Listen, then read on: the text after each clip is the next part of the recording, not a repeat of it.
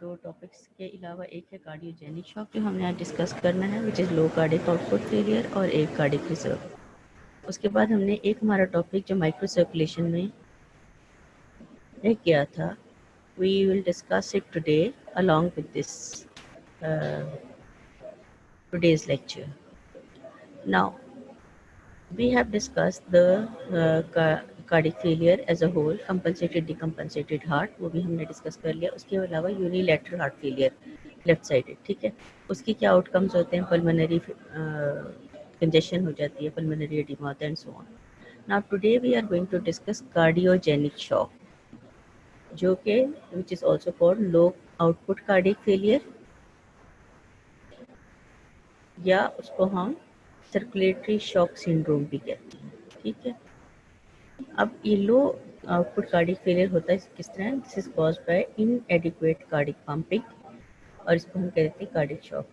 जब भी कोई इनएडिक्वेट कार्डिक पंपिंग होती है ड्यू टू एनी रीज़न, उसको हम नेम दिस शॉक। अगर उसके रिजल्ट में पेशेंट शॉक में चला जाता है तो उस कंडीशन को हम कह देते हैं कार्डियोजेनिक शॉक। शॉक हम अगले सब्सिक्वेंट लेक्चर्स में भी डिस्कस करेंगे। तो जो लो कार्डिक आउटपुट की वजह से पेशेंट शॉक में जाता है उसको हम कार्डियोजेनिक शॉक कहते हैं, या सर्कुलेटरी शॉक सिंड्रोम कहते हैं, और इसको सिंपली कार्डिक शॉक भी कहते हैं। This is a very serious condition, क्योंकि इसमें सर्वाइवल रेट जो है दैट इज़ ओनली 30%। होता क्या इसमें, the heart is unable to supply even the minimal amount of blood to the body, यानी वो बहुत ही थोड़ी सी जो अमाउंट है वो भी नहीं है वो सप्लाई कर सकता। दैट्स वाई होता क्या है कि एक तो टिश्यू हैम्पर होते हैं, दूसरे हार्ट को इटसेल्फ भी ब्लड सप्लाई कम हो रही होती है through the coronary blood vessels, जिसकी वजह से जो हार्ट की पंपिंग एबिलिटी होती है वो कम हो जाती है, क्योंकि उसकी प्रॉपर ऑक्सीजनेशन नहीं हो रही थी, न्यूट्रिशन नहीं मिल रही होती है। और ये एक सॉर्ट ऑफ विशियस सर्कल है, यानी इसमें जो सीक्वेंस ऑफ इवेंट्स हैं वो एक दूसरे को रिपीट करते चला जाते हैं और कंडीशन जो होती है वर्स होती जाती है। होता क्या है कि जब इस लो कार्डिक आउटपुट होती है तो लो आर्टीरियल प्रेशर होता है। आर्टीरियल प्रेशर जब लो होता है तो जैसे कि बॉडी के दूसरे पार्ट्स में low blood pressure of blood है to the all the tissues of the body, इसी तरह जो कॉर्नरी वेसल्स हैं जिन्होंने ये हार्ट को सप्लाई करना है उनमें भी ब्लड प्रेशर कम होता है। So blood supply to the heart itself कम हो जाती है, जिसकी वजह से हार्ट मजीद वीक हो जाता है। जब हार्ट वीक होता है तो कार्डिक आउटपुट और कम हो जाती है, वो कम होती है तो बीपी मजीद फॉल करता है।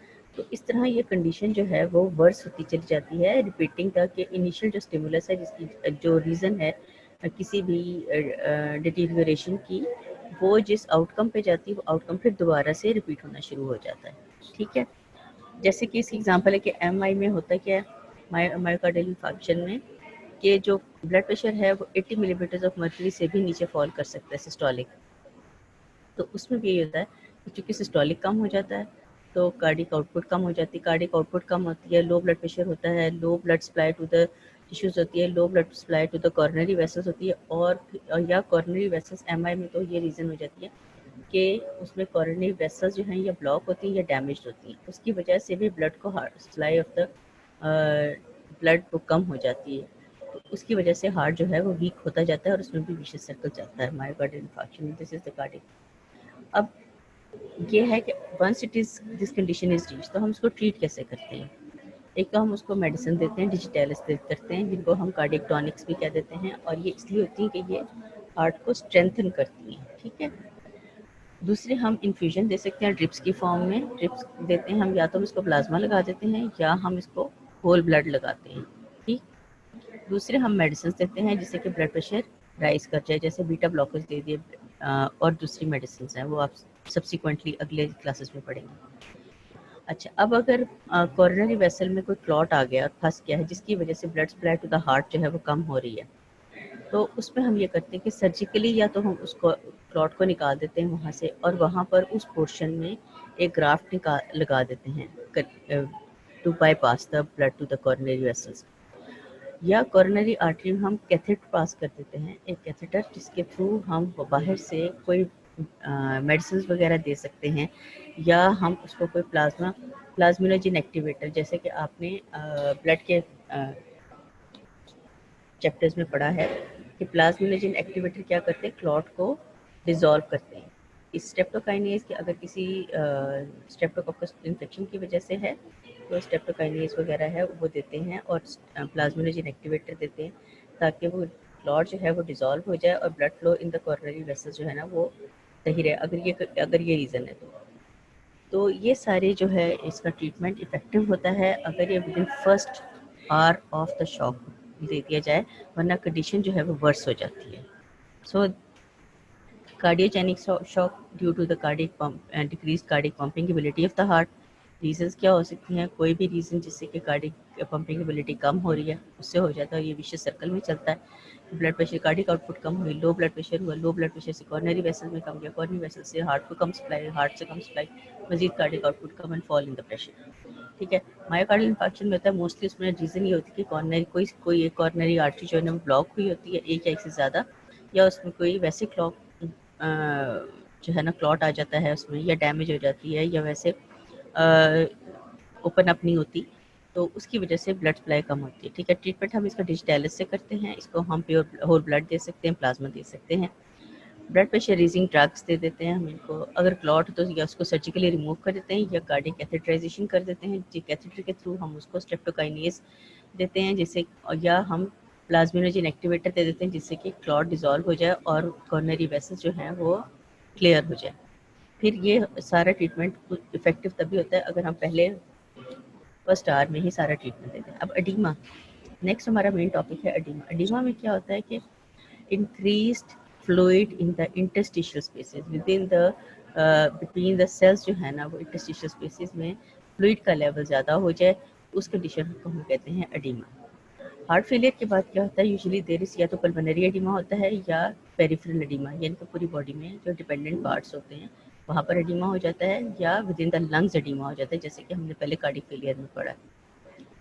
एक्यूट कार्डिक फेलियर में क्या होता है? एओर्टिक प्रेशर फॉल करता है और राइज होता है, there is in the right atrial pressure. ठीक है, राइट एट्रियल प्रेशर में क्यों होता है? क्योंकि वहाँ से ब्लड जो है वो सारा बॉडी से तो टुवर्ड्स हार्ट आता है, लेकिन चूँकि हार्ट की डिक्रीज एबिलिटी होती है या डैमेज टिश्यू होता है जिसकी वजह से पंपिंग उतनी आगे नहीं हो रही थी, तो atrial pressure, right atrial pressure increase कर जाता है। अगर कंडीशन हो कि कार्डिक आउटपुट 0 पे चला जाए तो राइट एट्रियल प्रेशर जो है ना, ब्लड प्रेशर और राइट एट्रियल प्रेशर जो है ना वो दोनों 13 मिलीमीटर ऑफ मर्करी पे आके इक्विलिब्रियम पे हो जाते हैं, जैसा कि आप ये देखें। और कैपिलरी प्रेशर 17 मिलीमीटर से फॉल करके 13 मिलीमीटर पे आ जाता है। इस ग्राफ में आप देखें कि हमारे एक्स एक्सिस के ऊपर कार्डिक आउटपुट है और वाई एक्सिस के ऊपर प्रेशर की है। अब प्रेशर जो है ना, हम देखें, अब going from the left towards right, जो ब्लू है वो आपका आ जाता है, जो ब्लैक है वो राइट एट्रियल प्रेशर है, ब्लू जो है वो कैपिलरी प्रेशर है, और जो रेड है वो है आपका कार्डिक आउटपुट। अगर कार्डिक आउटपुट फॉल करती है टुवर्ड्स 0 तो ये तीनों जो लेवल्स हैं, capillary pressure, right atrial pressure और कार्डिक आउटपुट, ये आके एक पॉइंट पे कंसाइड करते हैं, जो कि अगर हम प्रेशर पर देखें तो वो आता है 13 मिलीमीटर ऑफ मर्करी, यानी जो 0 के ऊपर अगर कार्डिक आउटपुट का लेवल 0 है तो वहाँ से अगर हम towards from the right towards हम लेफ्ट जाएं तो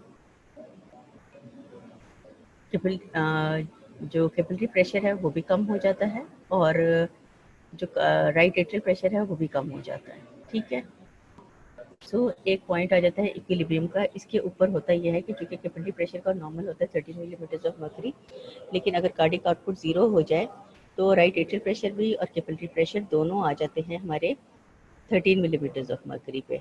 13 मिलीमीटर ऑफ मर्करी पे जब आते हैं तो कैपिलरी जो है, चूँकि उसका प्रेशर कम होता है तो इसे फ्लूइड एग्ज्यूड आउट नहीं होता है, तो इस लेवल के ऊपर एडीमा नहीं होता। ठीक है, ये बात याद रखने की कि जब भी प्रेशर कैपिलरीज में ज़्यादा होगा, अबव 17 मिलीमीटर ऑफ मर्करी, तो एडीमा हो जाता है। तो इसलिए यूजुअली एक्यूट कार्डिक फेलियर में पेरिफेरल एडीमा नहीं होता मरीज़ को। अगर और दूसरा, किडनी का क्या रोल आ जाता है कि लॉन्ग टर्म जो फ्लूइड रिटेंशन होती है किडनी की क्रॉनिक कार्डिक फेलियर में, तो ओवरऑल हार्ट फेलियर होता है। ये राइट हार्ट फेलियर की वजह से पेरिफेरल एडीमा होता है। राइट हार्ट फेलियर हो यानी कि जो ब्लड जो पूरी बॉडी से राइट हार्ट में आ रहा है वहाँ से आगे पंप नहीं हो रहा, तो पीछे back pressure within the vessels ज़्यादा हो जाता है वेन्स में एंड कैपिलरीज में ज़्यादा होता है, तो वहाँ से फ्लूइड एक्ज्यूट आउट होता है इनटू द इंटरस्टिशियल स्पेसेस और एडिमा कर देता है। अब इसका सीक्वेंस ऑफ इवेंट्स क्या होता है कि चूंकि कार्डिक फेलियर है तो फ्लूइड रिटेंशन कर रहा होता है, कार्डिक आउटपुट कम है टू द किडनी, तो फ्लूइड रिटेंशन होनी शुरू हो जाती है किडनी में। वहाँ से जब किडनी में जब फ्लूइड रिटेंशन होती है तो मीन सिस्टेमिक फिलिंग प्रेशर जो है ना वो इंक्रीज़ कर जाता है, उसकी वजह से वीनस प्रेशर इंक्रीज़ करता है। वीनस प्रेशर जब इंक्रीज़ करता है तो राइट एट्रियल प्रेशर ज़्यादा हो जाता है। राइट एट्रियल प्रेशर जो है ना वो ज़्यादा होने की वजह से बैक प्रेशर पीछे ज़्यादा होता है, और कैपिलरीज में चूँकि प्रेशर ऑलरेडी पीछे ज़्यादा है तो वो वहाँ से फ्लूइड एक्ज्यूट आउट करता है और एडिमा हो जाता है। सो लॉन्ग टर्म अगर फ्लूइड रिटेंशन हो किडनी से तो उसकी वजह से भी एडिमा हो जाता है। ठीक है, अब एक रीज़निंग है कि एक reduced renal output during cardiac failure, उसकी रीजंस क्या क्या हो जाती है, क्यों कार्डिक आउटपुट जब कम होता है तो रीनल आउटपुट भी कम हो जाता है। एक तो ये होता है, इसमें सबसे मेन कॉज होती है कि ग्लोमेरुलर फिल्ट्रेशन रेट, यानी जो किडनी है वहाँ पे ग्लोमेरुलस एक स्ट्रक्चर पड़ा हुआ है, टफ्ट ऑफ कैपिलरीज होता है जहाँ से फ्लूइड फिल्टर होकर किडनी में जाना है। तो चूँकि blood supply to the kidney कम हो जाती है, कार्डिक आउटपुट कम होता है कार्डिक फेलियर में, तो आगे फिल्टरेशन भी कम होती है। फिल्टरेशन कम होती है तो उसकी वजह से जो है आर्टेरियल प्रेशर भी कम होता है, और दूसरे उसमें सिंपैथेटिक कंस्ट्रिक्शन भी हो जाती है afferent arterioles of the kidney. ठीक है, ये दो मेन फैक्टर्स होते हैं अगर कार्डिक आउटपुट डिक्रीज हो तो। जीएफआर जो है ना वो यानी glomerular filtration rate directly proportional होता है कार्डिक आउटपुट के, कि जितना कार्डिक आउटपुट ज़्यादा होगा उतना ही जीएफआर ज़्यादा होगा और उतना ही ज़्यादा रीनल आउटपुट होगा। ठीक है, अगर कार्डिक आउटपुट गिर जाता है लेस देन 50%, तो फिर ग्लोमेरुलर फिल्ट्रेशन जो होती है ना वो बहुत ज़्यादा हैम्पर करती है, बहुत ज़्यादा कम हो जाती है, और जो है किडनी जो है वो यूरिन बिल्कुल प्रोड्यूस नहीं करती है, उस कंडीशन को हम कह देते हैं एनयूरिया।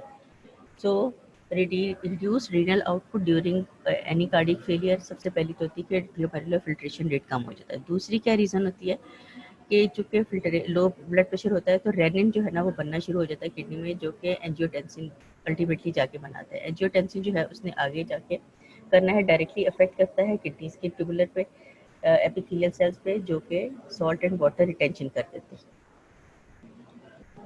ठीक है, दूसरा क्या काम करता है एंजियोटेंसिन 2 कि वो हाइपोथैलेमस को स्टिमुलेट करता है जहाँ से anti diuretic hormone ADH release होता है। जब एडीएच रिलीज होता है तो एंटी डायूरेटिक, इसने डायूरेसिस नहीं होने देनी, इसने reabsorption of water and salt दोनों करने। ठीक है, मेनली जो है ना ये एक तो ये कि एंजियोटेंसिन 2 जो है ना उसकी वजह से एडीएच रिलीज होता है, और दूसरी कंडीशन है कि प्लाज्मा में पोटेशियम जो है ना वो इंक्रीज कर जाए।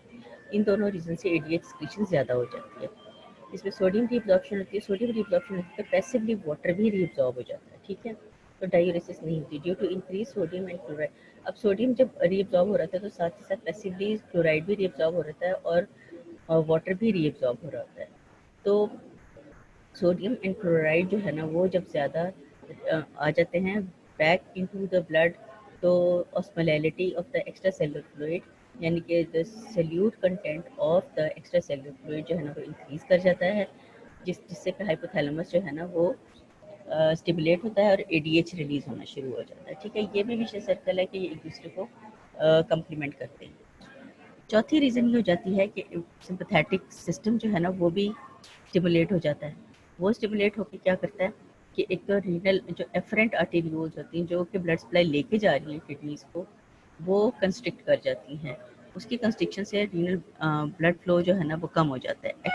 और दूसरे ये क्या करती है कि एक्टिवेशन कर देती हैं अल्फा एड्रेनर्जिक रिसेप्टर्स की ट्यूबुलर एपिथेलियम में। ट्यूबुलर एपिथेलियम जो रीनल ट्यूब्यूल्स है उसके जो अंदर लाइनिंग है एपिथेलियम की, वहाँ पे एड्रेनर्जिक रिसेप्टर्स पड़े होते हैं, अल्फा एड्रेनर्जिक रिसेप्टर्स, जो कि स्टिमुलेट होते हैं। जब स्टिमुलेट होते हैं तो वो रीअब्जॉर्प्शन करवाते हैं सॉल्ट एंड वाटर दोनों की। सो रेनिन एंजियोटेंसिन सिस्टम एक्टिवेशन जो होती है तो वो एडीएच भी रिलीज करवा देते हैं। ठीक है, सो ये चार मेन फैक्टर में ग्लोमेरुलर फिल्ट्रेशन रेट कम होता है। फिर उसके बाद नेक्स्ट जो है वो रेनिन एंजियोटेंसिन सिस्टम एक्टिवेट हो जाता है, इसकी वजह से रीनल आउटपुट कम होती है। तीसरा जो है ATH anti diuretic hormone release हो रहा होता है, इससे रीनल आउटपुट कम हो जाती है ड्यूरिंग कार्डियक फेलियर। और चौथी रीज़न ये है कि सिंपैथेटिक सिस्टम स्टिमुलेट होता है जो कि एफरेंट आर्टेरियोल्स की कंस्ट्रक्शन कर देता है, और दूसरे अल्फा एड्रेनर्जिक रिसेप्टर जो कि ट्यूबुलर एपिथेलियम में पड़े हैं वो डायरेक्टली सॉल्ट वाटर रिएब्जॉर्प्शन करते हैं। सो ये सारे फैक्टर्स मिलके रीनल आउटपुट कम कर देते हैं इन कार्डियक फेलियर। अच्छा, अब ये तो सारे वो हैं जो कि water and salt and water reabsorption करा रहे हैं। तो इसकी ये सारे फैक्टर्स मिलके, एक तो ये कि ये रीनल आउटपुट भी कम कराते हैं, तो ये अल्टीमेटली एडिमा भी तो ज़्यादा करवाएंगे। ठीक है, वो चारों फैक्टर्स मिलके एडिमा भी ज़्यादा करा रहे थे, लेकिन एक जो है पेप्टाइड ऐसा पड़ा हुआ है जो कि एडिमा कम करवा रहा है, which is atrial natriuretic peptide ANP। ये डिकम्पनसेशन ऑफ द हार्ट को कम करता है, यानी एडिमा यानी worsening of the situation. Severe cardiac failure होता है, उसको हम डिकम्पनसेटेड हार्ट कहते हैं। तो उस कंडीशन में जो एट्रियल नाइट्रियूरेटिक पेप्टाइड, ये एट्रियल नाइट्रियूरेटिक पेप्टाइड जो है ना, ये पड़ा होता है एट्रियम की वॉल में। एट्रियम की वॉल में पड़ा, जब एट्रियम में प्रेशर इंक्रीज करता है तो ये स्ट्रेच हो जाते हैं। जब स्ट्रेच होते हैं तो ये रिलीज होना शुरू हो जाता है पेप्टाइड, जिससे कि डायरेक्टली जाके रीनल किडनी को अफेक्ट करना है और सॉल्ट एंड वाटर एक्सक्रीशन करवानी है। इससे ज़्यादा सॉल्ट एंड वाटर एक्सक्रीशन करवाने से होता है कि एडिमा कम हो जाता है। सो जो एक्सट्रीम कार्डियोजेनिक कंजेशन होनी है, जो कि ज़्यादा फ्लूइड होना है within and around the cardiac area, तो वहाँ पे उसके कार्डियक कंजेशन को कम करवाते हैं और कार्डियक फेलियर के सिम्टम्स को भी रिलीव करता है। So atrial natriuretic peptide favourable होता है to reduce oedema and to improve the condition of the cardiac failure. अब एक कंडीशन होती है एक्यूट पल्मोनरी एडिमा। ये बहुत इंपॉर्टेंट है क्योंकि ये कि this is one of the major causes of the death in cardiac failure, acute pulmonary oedema. हम ये पहले पढ़ चुके हैं। होता क्या है, क्रॉनिक हार्ट फेलियर में any increase in the chronic heart failure में हार्ट ऑलरेडी डैमेज हुआ होता है, तो वो अगर तो पेशेंट जो है ना वो स्मूथ अपनी लाइफ गुजार रहा है और रेस्ट पर है और कम एक्टिविटी है उसकी, तब तो उसके साथ वो विद फ्यू मेडिसिन भी चलता रहता है। लेकिन अगर एक्सरसाइज हो या कोई इमोशनल स्ट्रेस हो या सिवियर कोल्ड जिसमें कि शिवरिंग ज़्यादा होती है, मस्कुलर एक्टिविटी ज़्यादा हो जाती है, तो उसमें फिर एक्यूट पल्मोनरी एडिमा जो है ना वो डेवलप होता है। क्यों होता है कि जब ये एक्टिविटीज़ ज़्यादा हो जाती हैं, एक्सरसाइज हो या इमोशनल स्ट्रेस हो या हमारे पास ये सीवियर कोल्ड में चूँकि स्केलेटल मसल कंट्रैक्शन ज़्यादा होती है टू कंजर्व हीट, तो टेम्परेरी ओवरलोड हो जाता है on the already weak heart की पंपिंग एबिलिटी के ऊपर मज़ीद वर्कलोड आ जाता है।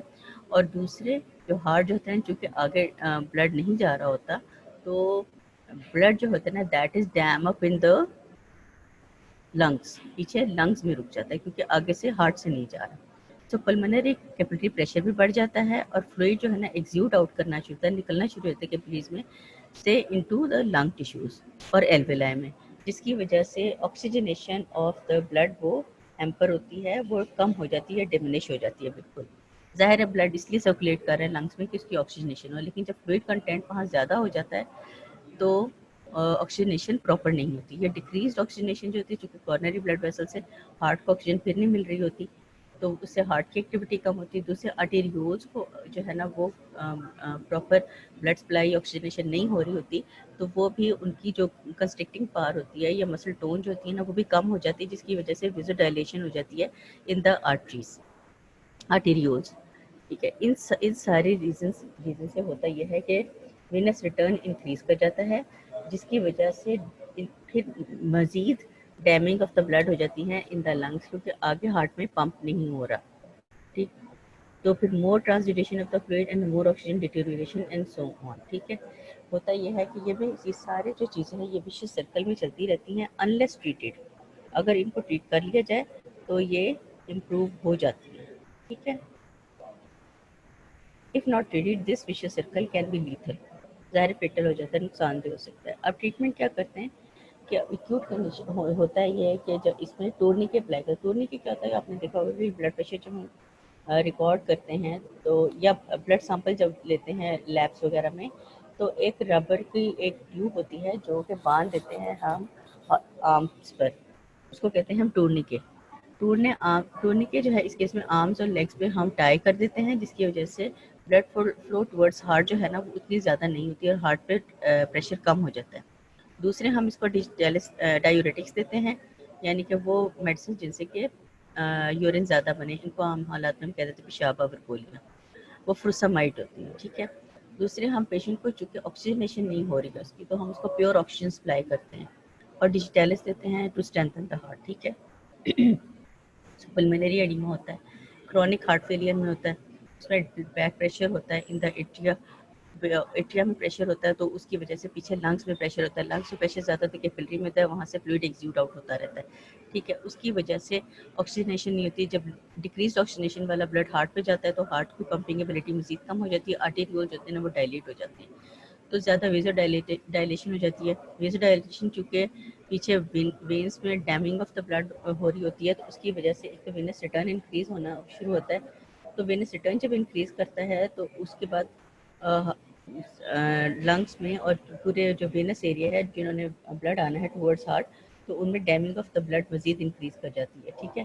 सो फिर और ऑक्सीजनेशन हैम्पर हो जाती है। सो इस कंडीशन को इम्प्रूव करने के लिए हम एक तो टूर्निके अप्लाई कर देते हैं, रबर ट्यूबिंग से टाई कर देते हैं आर्म्स को लेग्स को, कि ब्लड फ्लो जो है ना टुवर्ड्स हार्ट वो थोड़ा कम हो, ताकि pressure workload on the heart कम हो जाए, ठीक है। दूसरे डायूरेटिक्स हम देते हैं कि यूरिन ज़्यादा फॉर्मेशन हो और यूरिन पास करे पेशेंट, तो ब्लड वॉल्यूम में थोड़ा सा बेहतरी आ जाए। दूसरे हम प्योर ऑक्सीजन देते हैं क्योंकि डिक्रीज ऑक्सीजनेशन ऑफ ब्लड होती है जो कि उधर जा रहा होता है। दूसरे डिजिटैलिस दे देते हैं लास्ट ऑफ ऑल, ये उसको कार्डियो स्ट्रेंथनिंग करती है, ठीक है। This is how we treat pulmonary oedema. एक और टर्म है विच इज़ कार्डिक रिजर्व, यानी इतना रिजर्व हमेशा वो चीज़ होती है जो कि बियॉन्ड नॉर्मल लेवल होती है, ठीक है।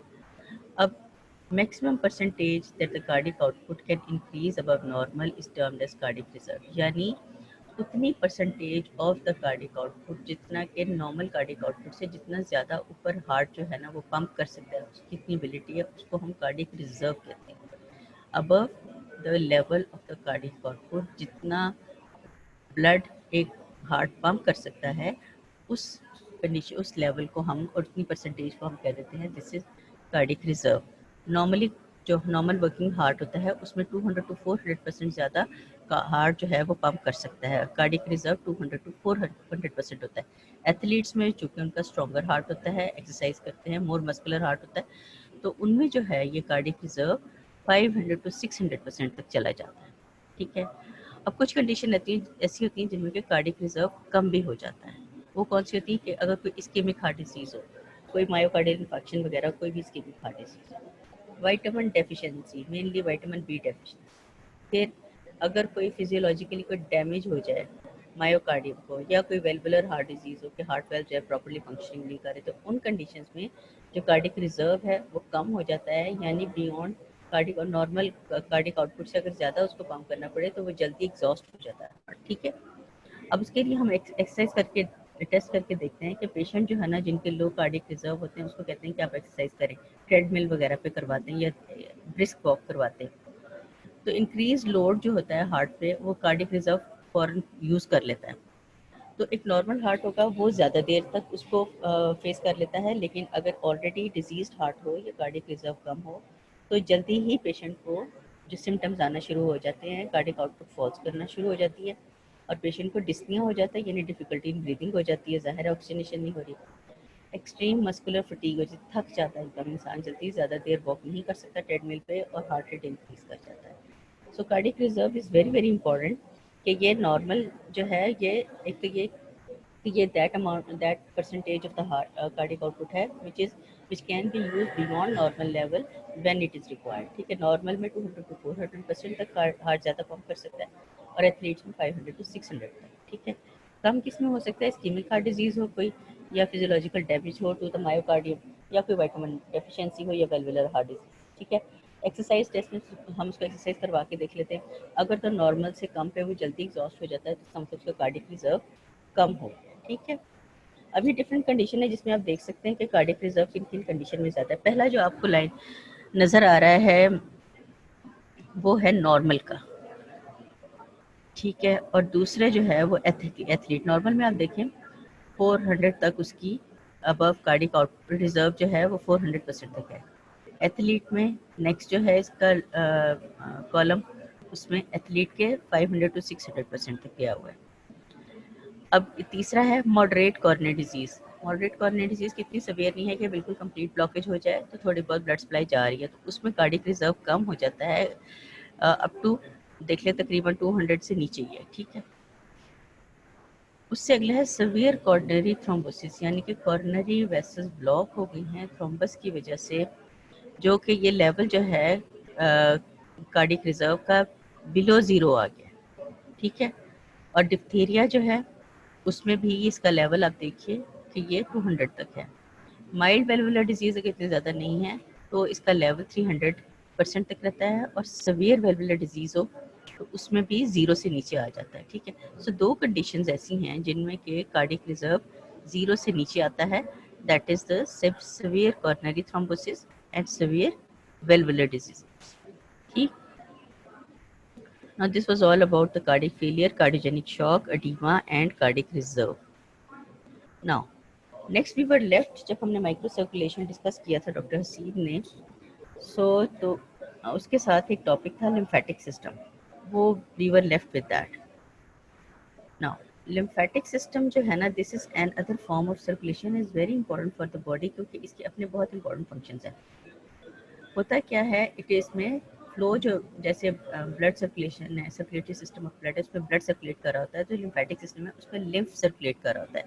लिम्फ जो है वो इंटरस्टिशियल फ्लूइड जो है उसमें बनता है, और वहीं के इंटरस्टिशियल सेल्स जो होते हैं उन्हीं से इसकी फॉर्मेशन और रिलीज होती है। कंपोजिशन जो है इसकी सेम होती है as that of the interstitial fluid. Protein content जो कि इंटरस्टिशियल फ्लूइड में 2% होता है, तो जो लिम्फ बनता है लिवर में उसमें ये डिफरेंट हो जाता है, ज़रा ज़्यादा होता है, इसका 3 to 5% होता है, और इंटेस्टाइन्स में 3 to 5% होता है, और लिवर में 5 to 6% जो प्रोटीन कंटेंट है, ठीक है। अब जो लिम्फ होता है इंटेस्टाइन से और लिवर से, ये जाके ड्रेन होता है इनटू द थ्रेसिक डक्ट, तो हम कह देते हैं जो थ्रेसिक डक्ट में जो लिम्फ आ रहा है उसमें प्रोटीन कंटेंट ज़्यादा है कंपेरेटिव। अब लिम्फ के अंदर होता है क्या, उसके अंदर वो जो है उसमें क्लॉटिंग फैक्टर्स भी होते हैं, उसके अंदर इलेक्ट्रोलाइट्स होते हैं, उसमें एंजाइम्स होते हैं। अब अगर चूँकि उसमें क्लॉटिंग फैक्टर्स होते हैं तो वो क्लॉट भी कर सकता है।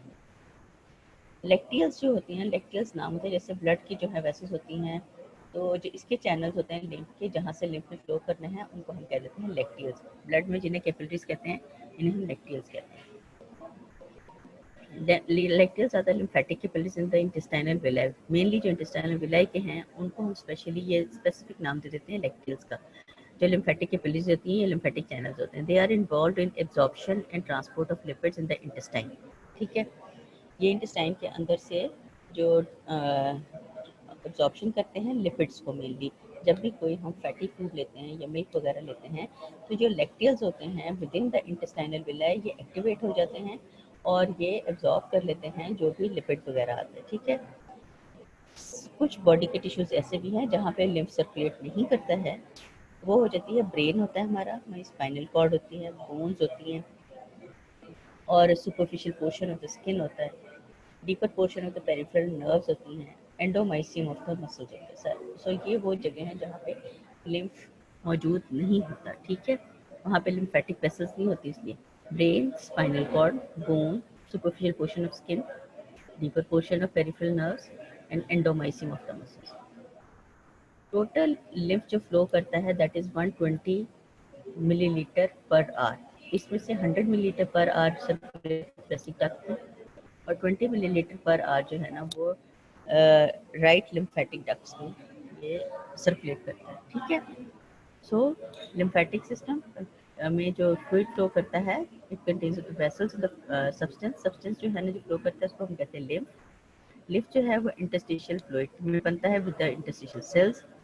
कंपोजिशन इसकी सेम होती है as that of the interstitial fluid. Protein content इसमें 2% होता है, और जब अगर ये इंटरस्टिशियल फ्लूइड से बनता है, अगर ये लिवर में बने तो इसका 5 to 6% तक चला जाता है, इंटेस्टाइन में बने तो 3-4% तक होता है, और लिवर और इंटेस्टाइन से जो लिम्फ होता है वो थोरेसिक डक्ट में जाता है, तो हम कहते हैं कि थोरेसिक डक्ट में जो लिम्फ है वो उसमें प्रोटीन कंटेंट ज़्यादा है। लैक्टियल्स जो है ना वो लिम्फ चैनल्स होते हैं, लिम्फ वेसल्स होती हैं जो कि इंटेस्टाइनल विलाय में प्रेजेंट होती हैं। इनका काम क्या है कि इन्होंने लिपिड्स को एब्जॉर्ब करना है जब भी हम कोई फैटी मील लेते हैं या मिल्क प्रोडक्ट्स वगैरह लेते हैं, ठीक है। और फिर उसके बाद आता है कुछ टिश्यूज ऐसे होते हैं जहाँ पे लिम्फेटिक्स नहीं होते, वो है ब्रेन है हमारा, स्पाइनल कॉर्ड है, बोन्स हैं, सुपरफिशियल स्किन होती है हमारी, वहाँ लिम्फेटिक्स नहीं होती, और deep portion of the peripheral nerves होते हैं, और एंडोमाइसियम ऑफ द मसल्स होता है, ठीक है। टोटल लिम्फ फ्लो कितना करता है, 120 ml पर आवर होता है, और इसमें से 100 ml per hour thoracic duct में और 20 ml पर आवर ये लिम्फेटिक्स में होता है, ठीक है, राइट लिम्फेटिक डक्ट में। ये देखिए इसमें जो है ना आपको नजर आ जाएगा, ये एंडोथेलियल लाइनिंग्स हैं और ये एक दूसरे को क्रॉस ओवर कर रहे हैं, ब्रिजेस बना रहे हैं। अब होता क्या है, जब सराउंडिंग एरिया में फ्लूइड ज़्यादा हो जाएगा तो स्ट्रेच आता है इन पे, जब स्ट्रेच आता है तो ये ओपनिंग्स खुल जाती हैं, जब ओपनिंग्स खुलती हैं तो यहाँ से साइडों से जो फ्लूइड है वो विद इन द लिम्फ चला जाता है, with in the lymph channel चला जाता है, ठीक है। तो साइड्स पे जो इंटरस्टिशियल फ्लूइड में जो प्रेशर होता है वो रिलीज हो जाता है by the use of the lymph. So lymph जो है ना उनका बहुत इंपॉर्टेंट फंक्शन है कि अगर इंटरस्टिशियल फ्लूइड जिसमें ये ज़ाहिर है सारा जितने भी आपके ऑर्गन्स हैं और टिश्यूज़ हैं वो इंटरस्टिशियल फ्लूइड एसोसिएट में, अगर वहाँ पर प्रेशर ज़्यादा होगा तो ये जो ओवरलैपिंग एंडोथेलियल सेल्स जो हैं ये स्ट्रेच होते हैं, तो इनका बीच में आप देख रहे हैं जो गैप्स हैं ये बढ़ जाते हैं, गैप्स बढ़ते हैं तो जो इंटरस्टिशियल फ्लूइड है वहाँ से फ्लूइड सारा लिम्फ वेसल्स में चला जाता है और इससे एडिमा भी रिलीव होता है फ्रॉम द इंटरस्टिशियल फ्लूइड और वहाँ से लिपिड एब्जॉर्प्शन होती है, ठीक है। वॉल्स ऑफ द अब लिम्फेटिक वेसल्स की वॉल्स होती हैं उसमें स्मूथ मसल्स भी प्रेजेंट होते हैं, जो स्मूथ मसल कंट्रैक्ट करते हैं, रिलैक्स करते हैं, तो एक सॉर्ट ऑफ जैसे कि एक पंपिंग एक्टिविटी होती है उनकी। इसके अलावा लिम्फेटिक वेसल्स में वेल्व्स भी होते हैं which allow the lymph to pass in the forward direction and between the two valves there are segments. कुछ कुछ एरियाज पे वेल्व्स पड़े हुए हैं जो कि forward flow of the lymph को फैसिलिटेट करते हैं। ये देखिए यहाँ पर इसमें आपको वेल्व्स नज़र आ जाते हैं जो कि एक ही डायरेक्शन में जा रहे हैं और वो प्रिवेंट करते हैं बैकवर्ड फ्लो। यहाँ पर देखिए जो दो एंडोथेलियल सेल जो है ना वो अगर आपको नज़र आ रहे हैं within the single vessel जा रहे हैं तो अगर ये बैकवर्ड फ्लो को प्रिवेंट करते हैं और इस तरह से लिम्फ जो कैपिलरीज में जो है फ्लो वो एक यूनी डायरेक्शनल होता है, यानी एक फॉरवर्ड डायरेक्शन में ही जाता है, ठीक है। अब इसके साथ कहाँ लिम्फ ड्रेनेज होती कैसे है, लिम्फ नोड जो लिम्फ होता है from the left side of the head, left side of the thorax and the lower part of the body, यानी जितना लेफ्ट साइड का है लिम्फ वो जाके ड्रेन करता है थोरेसिक डक्ट में। थोरेसिक डक्ट जो है ना वो लेफ्ट सबक्लेवियन वेन में जाती है, ठीक है। या पढ़ेंगे अपने एनाटॉमी में, जब एनाटॉमी पढ़े होंगे तो उसमें आपने थोरेसिक डक्ट और लेफ्ट सबक्लेवियन वेन वगैरह का कॉन्सेप्ट देखा है, ठीक है। लेफ्ट साइड पे थोरेसिक डक्ट में जाता है। और जो राइट साइड पे क्या होता है कि राइट साइड पे जो लिम्फ आ रहा है from the head neck, right side of the thorax से, राइट आर्म से, ये सारा जाके ड्रेन करता है राइट लिम्फेटिक डक्ट में और राइट लिम्फेटिक डक्ट से भी जो है ना वो वहाँ से एम्प्टी कर जाता है राइट सबक्लेवियन वेन में। सो लेफ्ट साइड का जाके थोरेसिक डक्ट में जाता है और लेफ्ट सबक्लेवियन वेन में चला जाता है, राइट का जो है वो राइट लिम्फेटिक डक्ट में जाता है और राइट सबक्लेवियन वेन में चला जाता है, ठीक है। लिम्फ ने अल्टीमेटली वेन्स में जाके ड्रेन होना है। अब इनके जो पैसेज होता है लिम्फ वेसल्स की, इसमें जगह जगह लिम्फ नोड्स पड़ी होती हैं। आप देखो कि अगर गाना खासा गला ख़राब हो या कुछ हो तो आपको नेक में स्मॉल आपको गिल्टियाँ सी फील होती हैं, दे आर द सोलन लिम्फ नोड्स, ठीक है, जो कि इन्फेक्टेड होती हैं और वो फिर स्वेलअप हो जाती हैं, ठीक है। Lymph nodes are present along the lymph vessels when lymphatics reach near lymph node, जब लिम्फ नोड के पास पहुंचते हैं ये चैनल्स में जो ब्लड फ्लो लिम्फ फ्लो कर रहा है वो पहुंचता है लिम्फ नोड के पास, तो इनके जो चैनल्स होते हैं ये डिवाइड कर जाते हैं ब्रांचेस में with in the lymph node, तो फिर ये सारा लिम्फ जो है ना वो नोड्स में ड्रेन कर देती है, ठीक है। जो एक्स्ट्रा लिम्फ जो होता है ना वो सारा नोड में ड्रेन कर जाते हैं। अब नोड के अंदर क्या है, नोड के अंदर इसकी सारी प्योरिफिकेशन वगैरह होनी है। होता ये है कि लिम्फ नोड्स में लिम्फोसाइट्स होते हैं और एंटीबॉडीज होती हैं जो कि उसमें लिम्फ में वो ऐड हो जाती हैं। अब लिम्फोसाइट और एंटीबॉडीज जो है ना ये आपने पढ़ा ही है कि इनका इम्यूनिटी में रोल है, ठीक है। दूसरा ये इसमें बैक्टीरिया और जो कि क्या करते हैं कि ये बैक्टीरिया और माइक्रो ऑर्गेनिज्म जो होते हैं ना विद इन द लिम्फ, उनको रिमूव कर देते हैं, लिम्फोसाइट्स एंड द एंटीबॉडीज, ठीक है, यानी उसको प्योरीफाई करते हैं ब्लड को with in the lymph nodes. So this is very important function of the lymph node कि उनमें लिम्फोसाइट और एंटीबॉडीज होती हैं जो कि बैक्टीरिया और माइक्रो ऑर्गेनिजम्स को इरेड कर देती हैं या रिमूव कर देती हैं। From the sinus of the lymph node again smooch, अब वहाँ पर ये सारा हो गया removal of the vessel, removal of the bacteria, और लेकिन ये है कि उसके साथ ही बैक्टीरिया माइक्रो ऑर्गेनिज्म होने से प्योरीफाई होगी। प्योरीफाई होने के बाद अब लिम्फ नोड से निकलना है, तो जितने चैनल्स बने हैं ये एक दूसरे से ज्वाइन करते जाते हैं और लार्जर लिम्फेटिक वेसल्स बन जाती हैं जो कि आगे जाके ड्रेन होती हैं into the major lymphatic vessels and then the veins. अब कुछ फैक्टर्स हैं जो कि कंट्रोल करते हैं flow of the lymph into the lymphatic vessels. इसमें सबसे पहले जो है ना interstitial fluid hydrostatic pressure. When this pressure rises from -3 millimeters of mercury towards zero, lymph flow increases, and maximal lymph flow is when this pressure is slightly above zero.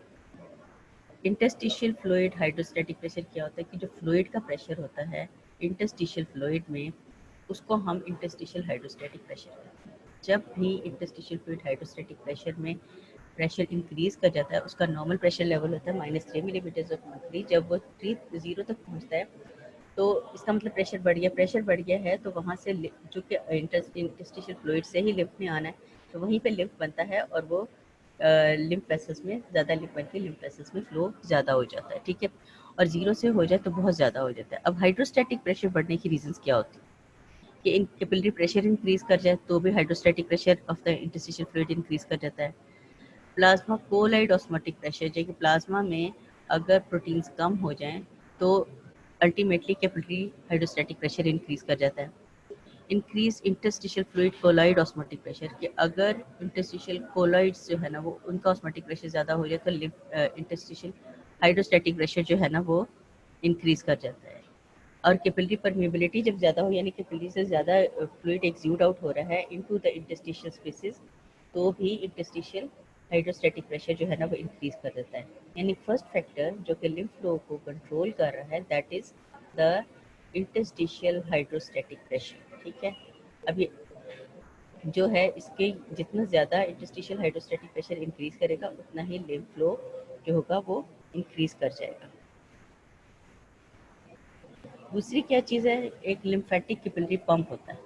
Lymphatic capillary pump जो होता है ना वो भी control कर रहा होता है the flow of the lymph. जब इंटरस्टिशियल फ्लूइड बनता है वो इंक्रीज कर गया है इनटू द इंटरस्टिशियल, तो उस टिश्यू की जिसमें ज़्यादा लिम्फ जो है ना वो जनरेट हो गया है तो वो टिश्यू की स्वेलिंग हो जाती है. उसकी स्वेलिंग होती है तो आपने जो एंडोथेलियल सेल्स देखे हैं, जो हम पिछली डायग्राम में मैं आपको दिखाऊं, ये जो एंडोथेलियल सेल्स जो होते हैं इसमें ये देखिए एंडोथेलियल सेल जब ये साइड पे फ्लूइड प्रेशर ज़्यादा हो जाता है तो वो स्वेलअप होता है तो इनकी बीच की स्पेसिस जो है ना वो कम हो जाती हैं, ज़्यादा हो जाती हैं. और ज़्यादा होने से ये होता है कि वहाँ से फ्लूइड एंटर होना शुरू हो जाता है इनटू द लिम्फ चैनल्स, ठीक है. यानी जब भी with in the interstitial fluid side पे जो प्रेशर है वो बढ़ जाएगा तो एंडोथेलियल सेल जो दे गेट अपार्ट, वहाँ पे से वो फ्लूइड जो है ना वो वेल्व्स जो होता है ना ये ओपन अप हो जाते हैं और फ्लूइड जो है that passes with in the lymphatic capillaries. अब जब ज़्यादा लिम्फेटिक प्रेशर इंक्रीज कर जाता है तो ये जो pressure inside the vessels increase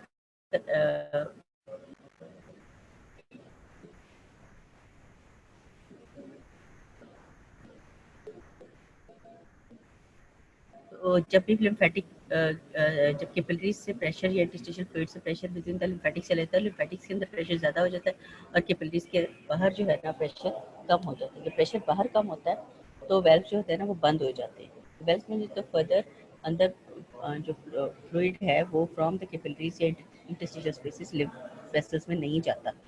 तो इस तरह जो ये कैपिलरीज के विद इन द कैपिलरी जो प्रेशर है ये कंट्रोल कर रहा होता है flow with in the lymph channels के जब कैपिलरी प्रेशर इंक्रीज करता है तो फ्लूइड एग्ज्यूट करता है, टिश्यू जो है ना वो स्वेलअप हो जाता है एंड एंडोथेलियल सेल जो होता है ना वो मूव अपार्ट और वहाँ से वेल्व जो होते हैं ना वो भी खुल जाते हैं और वहाँ fluid from the interstitial spaces चला जाता है लिम्फ में। अब अंदर लिम्फ वेसल्स में प्रेशर बढ़ जाता है और बाहर इंटरस्टिशियल स्पेसेस और कैपिलरी प्रेशर कम हो जाता है, तो वेल्व जो होते हैं ना वो दोबारा बंद हो जाते हैं और this is how this flow is regulated और जिस इस सारे सिस्टम को हम कहते हैं लिम्फेटिक कैपिलरी पंप। दूसरा होता है एक लिम्फेटिक पंप इटसेल्फ भी होता है।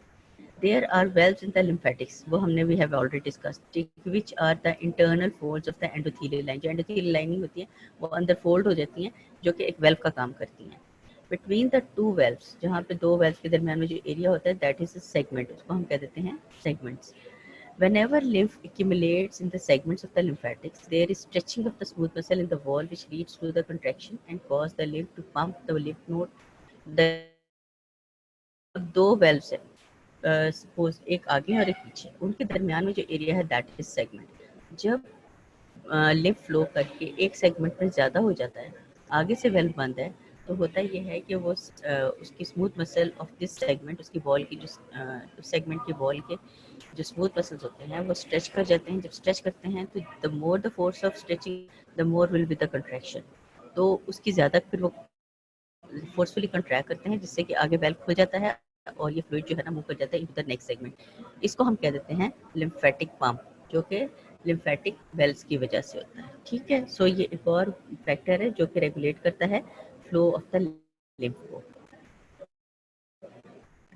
फिर फ्लो ऑफ द लिम्फ को और क्या करता है कि आउटसाइड प्रेशर लिम्फ चैनल्स के इर्द गिर्द जो प्रेशर है वो भी उसको अफेक्ट कर रहा होता है। जैसे कि स्केलेटल मसल कंट्रैक्शन है, अगर स्केलेटल मसल के बीच में से लिम्फ अगर कंट्रैक्शन होगी ज़्यादा तो वो प्रेस हो जाएगी और उनकी फ्लो कम हो जाएगी। Movement of the different parts of the body उसकी वजह से भी लिम्फ चैनल्स में फ्लो होता है। Pressure by the objects which come in contact with the outer surface, कि अगर किसी जगह को बाजू में सपोज है तो उसको दबा दिया जाए तो वहाँ से लिम्फ फ्लो जो है ना वो अफेक्ट होता है। Pulsation on the near by arteries, अगर आर्टरीज की साइड पे जैसे एओर्टा के नज़दीक जो लिम्फ है वहाँ चूँकि एओर्टा जो है वो बहुत फोर्सफुली कंट्रैक्ट करती है, तो इसके इर्द गिर्द जो है प्रेशर जो है वो अफेक्ट करता है on the adjacent lymph vessels. Respiration में क्या है, इंस्पिरेशन में जो लिम्फ फ्लो है टुवर्ड्स द थ्रेसिक कैविटी ज़्यादा हो जाता है क्योंकि negative pressure within the thoracic cavity ज़्यादा हो जाता है during inspiration due to the contraction of the diaphragm and the intercostal muscles. ठीक है, चेस्ट गेट बढ़ जाता है, नेगेटिव प्रेशर इंक्रीज करता है तो सारा फ्लो टुवर्ड्स चेस्ट कैविटी चला जाता है ड्यूरिंग इंस्पिरेशन।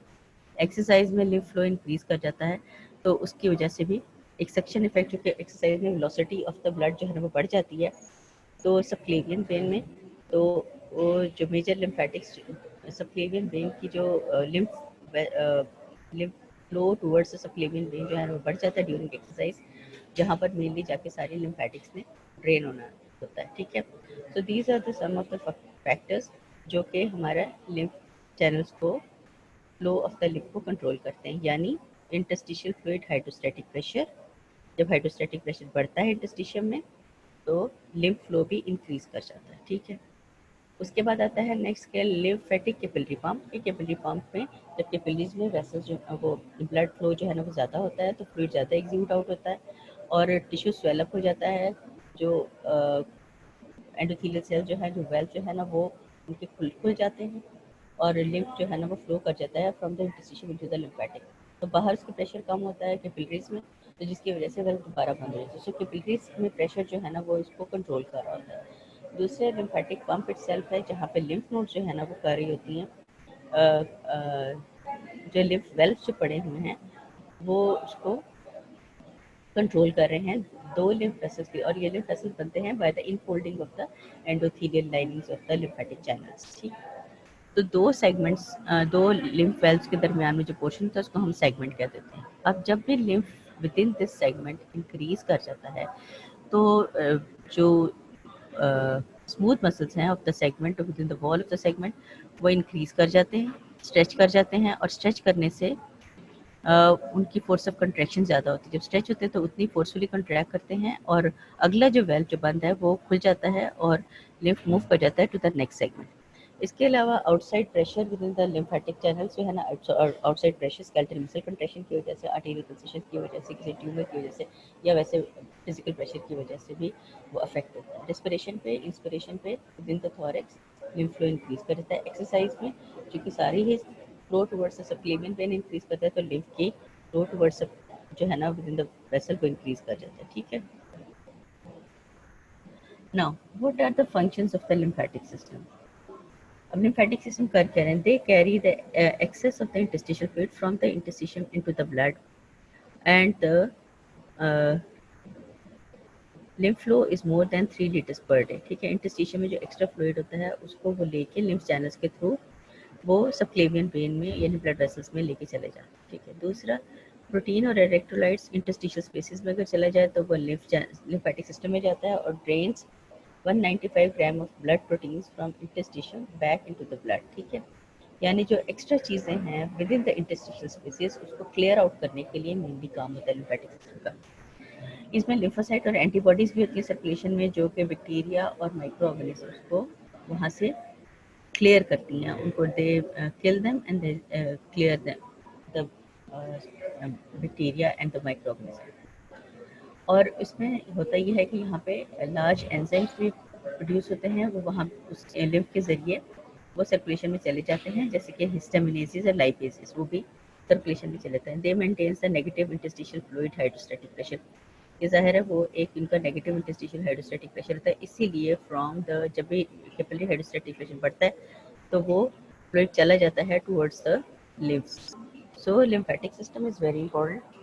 ये एक तो ये कि इंटरस्टिशियम्स में जो एक्स्ट्रा फ्लूइड होता है उसको ये ब्लड वेसल्स में लेके चला जाता है। फिर जो प्रोटीन कंटेंट वगैरह ये दूसरे ज़्यादा इलेक्ट्रोलाइट एंड प्रोटीन्स हैं इंटरस्टिशियल स्पेसिस में, उनको भी लिम्फ चैनल्स के थ्रू ये ब्लड में दोबारा वापस लेके चला जाता है। ठीक है।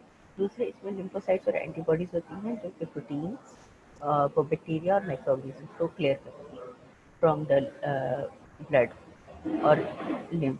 ठीक है। और इसमें जो लार्ज एंजाइम प्रोड्यूस होते हैं in the different parts of the body, वो भी लेके थ्रू द लिम्फ ये ब्लड में सर्कुलेट करते हैं, जैसे हिस्टामिनेसिस होते हैं, ये लाइक। ठीक है। और ये एक नेगेटिव प्रेशर मेंटेन करता है with the lymphatics as compare to the fluid capillary fluid hydrostatic pressure, ये इंटरस्टिशियल फ्लूइड हाइड्रोस्टैटिक प्रेशर के मुकाबले में। So this was all about today's lecture. If you have any questions, you can write it down on the chat. अगर आपको question नहीं करना तो वो आप अपने चैट पर भी लिख सकते हैं। So I'll see it and try to answer the things. ठीक है। और दूसरे, अगर आपको पिछला लेक्चर नहीं मिला है, जो थ्योरी अगर आप तक नहीं पहुंची है, just let me know on the chat so that कि वो आज सारा आपको, ये एक कंटिन्यूटी में ही है एक लेक्चर, तो ये आपको चला जाएगा।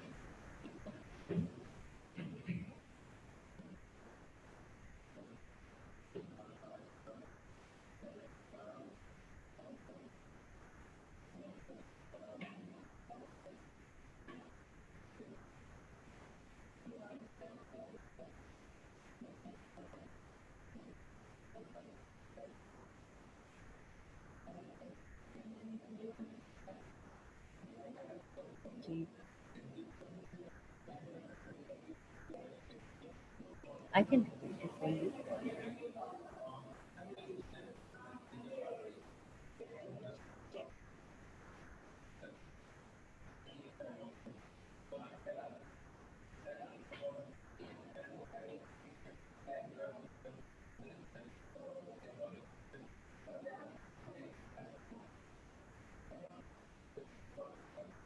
Okay. Cardiogenic shock is a type of a shock. हम शॉक्स जो हैं वो पढ़ेंगे इन मोर डिटेल।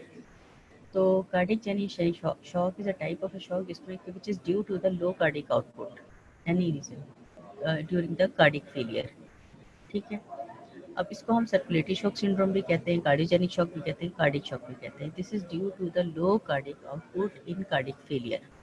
इम्पॉर्टेंट इसलिए है कि इसमें सर्वाइवल रेट बहुत कम है, दैट इज़ 30% डेथ होता है।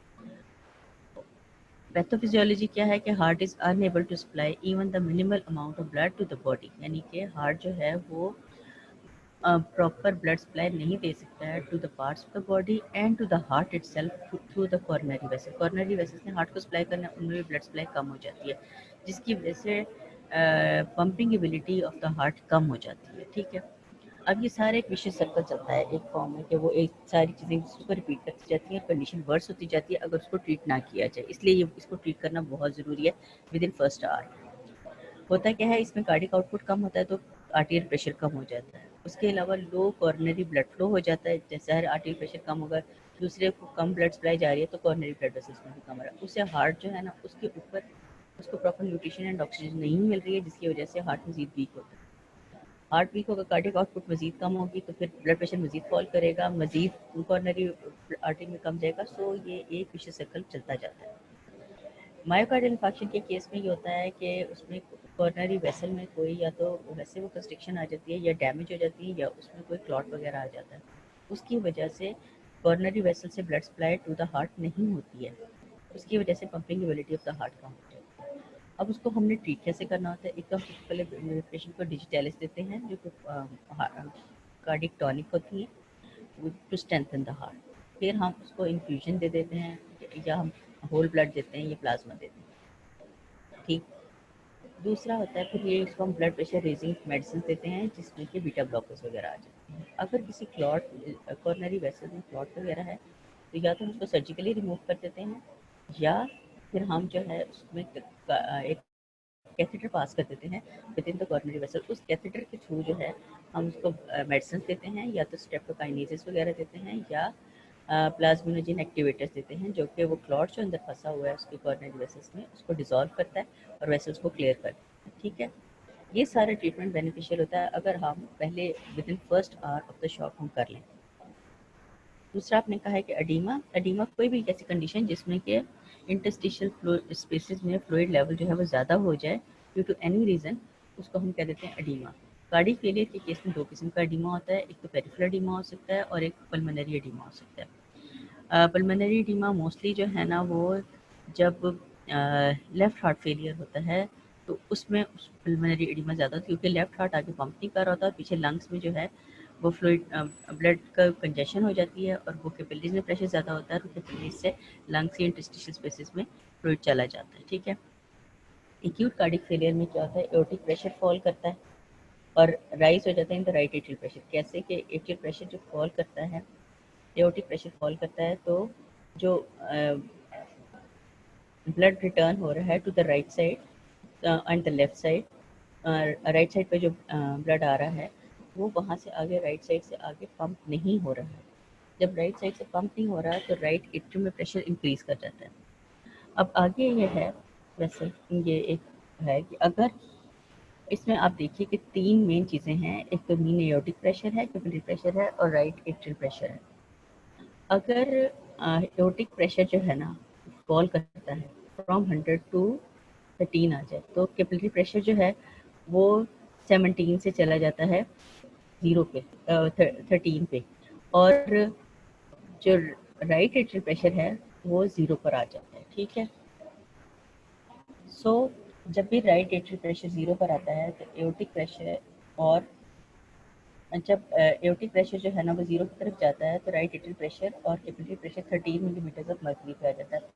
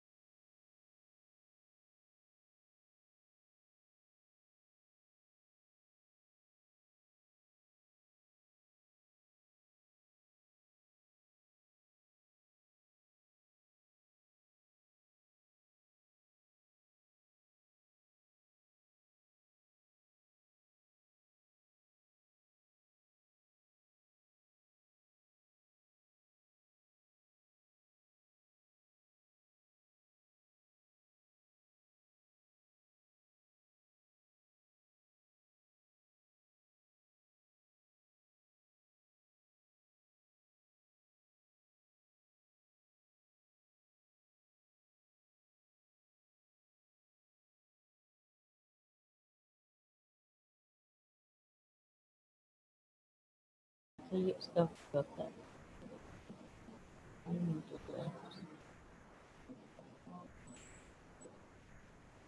ये जो है ये डिफरेंट स्टेजेस हैं जिसमें कि नॉर्मल हार्ट है और उसमें जब कार्डियोजेनिक शॉक होता है ब्लू में कार्डिक फेलियर है, एक्यूट कार्डिक फेलियर। बी जो है पॉइंट ब्लू कर्व है, ये एक्यूट कार्डिक फेलियर। जब सिम्पैथेटिक सिस्टम स्टिमुलेशन से इंप्रूवमेंट आती है, कार्डिक आउटपुट सीधे चला जाता है और देन अगेन डी है, ठीक है। लेकिन इस सारे में वो नॉर्मल पे जब चला जाता है कार्डिक आउटपुट, लेकिन इस सारे चक्कर में होता ये है कि राइट एट्रियल प्रेशर जो है ना ज़ीरो या माइनस से वो +6 पे चला जाता है, ठीक है। माइल्ड कार्डिक फेलियर में जो है ना वो रिकवरी भी हो जाती है मुकम्मल, मॉडरेट में भी रिकवरी, सीवियर में जो है ना कंडीशन सीवियर हो जाती है और more damage to the heart होता है, इंक्रीज वर्कलोड होता है, ओवरस्टेशन का हार्ट होता है, पल्मोनरी एडिमा इसमें होता है और एक्सेसिव पेरिफेरल एडिमा हो जाता है, ठीक है। रिकवरी ऑफ मायोकार्डियम कैसे होती है? अगर इन्फेक्शन कोई हो जाए तो पेरिफेरी पे नए कोलेट्रल नए वेसल्स बनना शुरू हो जाती हैं जो कि ब्लड सप्लाई करती हैं टू द हार्ट की। यूजुअली एक्यूट और मॉडरेट में होता है, विद इन 5 to 7 वीक्स से हो जाता है, ठीक है। Recovery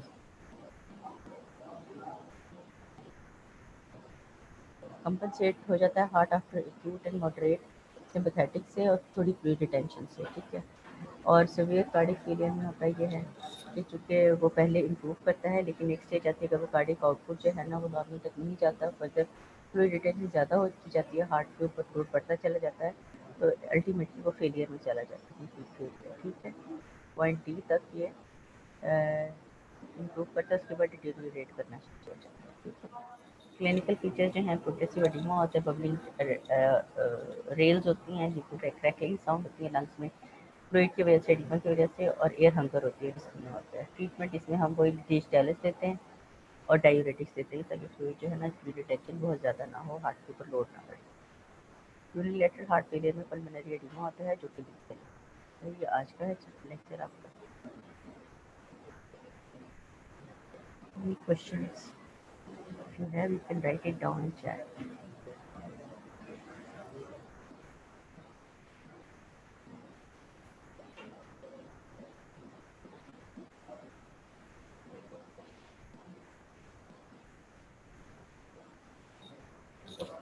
Done? Check. Thank you.